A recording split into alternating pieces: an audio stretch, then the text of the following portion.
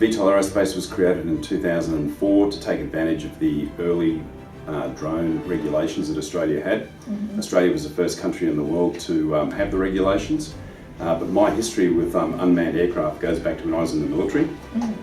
In the mid-80s I graduated from the Royal Military College as an officer, and I went through military training into the intelligence area, and one of my best jobs and biggest jobs was advising the commanders at the time on battlefield information. So in other words, how do we collect information to provide the commander the sorts of things he needs to know to make up his plan.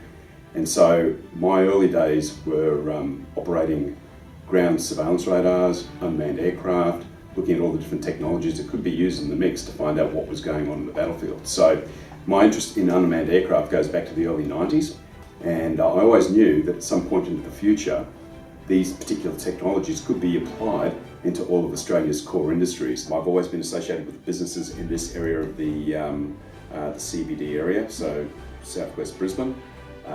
It's also very close to where we operate our aircraft, which is in the scenic rim and also around RAF Base Amberley. We've had a relationship with the Air Force for the last 12 years.